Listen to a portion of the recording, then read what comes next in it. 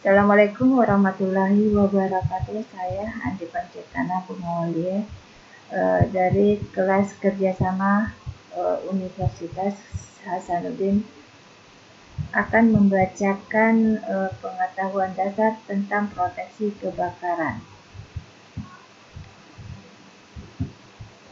Pengertian dari APAR yaitu adalah alat pemadam api berbentuk tabung berisi bahan kimia yang ringan dijinjing atau mudah dibawa dan mudah dioperasikan oleh satu orang, berukuran 0,5 sampai 16 kg.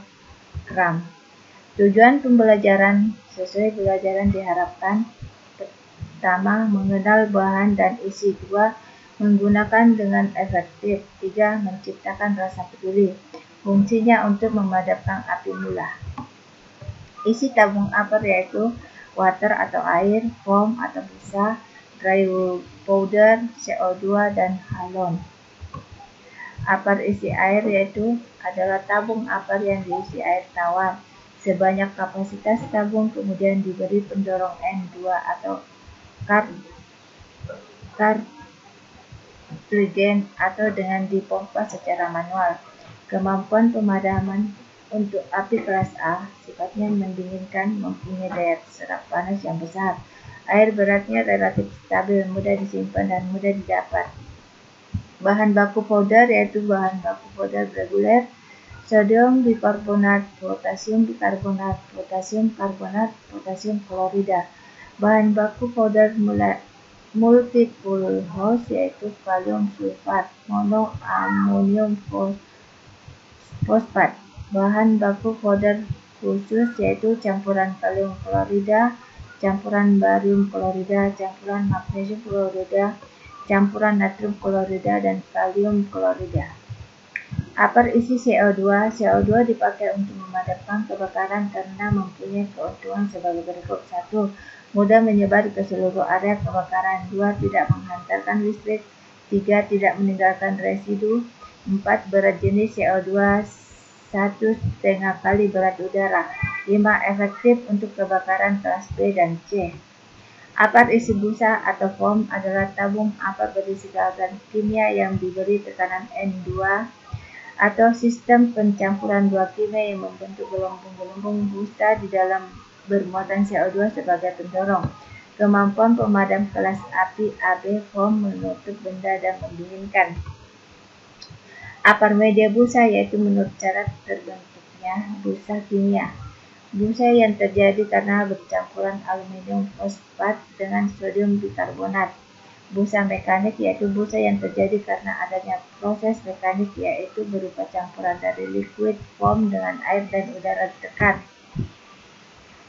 APAR media halon yaitu halon mempunyai kelebihan sebagai berikut: tidak meninggalkan residu, berat jenis halon 5 kali berat udara, tidak menghantarkan listrik, dapat memadamkan kebakaran kelas B dan C.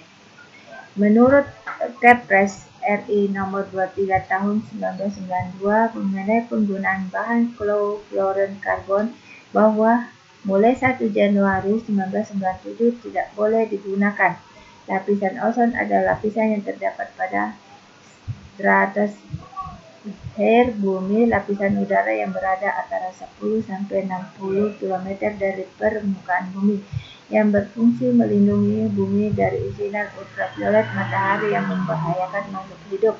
Dampaknya yaitu dampak berbahaya dari kanker kulit, menurunnya sistem daya tahan tubuh, menyebabkan katarak, dan terganggunya panen pertanian.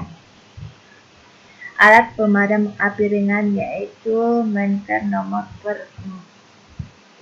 04 Men 1980 harus siap pakai pada waktunya. Jenis dan ukurannya harus sesuai, mudah dilihat dan mudah diambil. Kondisi baik: setiap orang dapat mengoperasikan dengan benar, tidak membahayakan dirinya.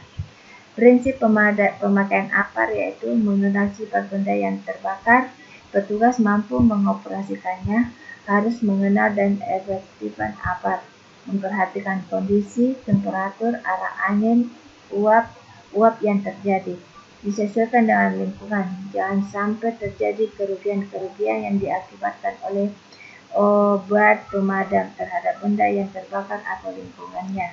Keamanan petugas harus diperhatikan. Cara pengoperasian APAR yaitu tarik, tekan, arahkan, dan semprotkan. Terima kasih atas perhatiannya. Itulah pemaparan dari saya. Selamat bertugas dan semoga sukses. Terima kasih. Assalamualaikum warahmatullahi wabarakatuh.